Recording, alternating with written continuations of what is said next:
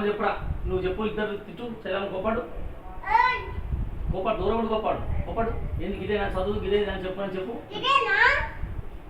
వాడు అడుగుతా సమాధానం చెప్పు, వాడికి చెప్పుమా, నువ్వు అడుగు అని అడుగురా బిడ్డ. ఇంకా నువ్వు అని అడుగు, ఏంది చదువువా, ఈ బిల్లు ఎట్లా చదువుతావు ఏందని చెప్పు, అడుగు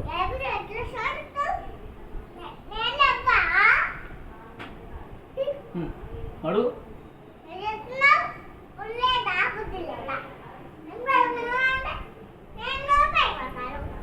వాడు అడుగుతాను సమాధానం చెప్పు, వాడికి మాట్లాడు.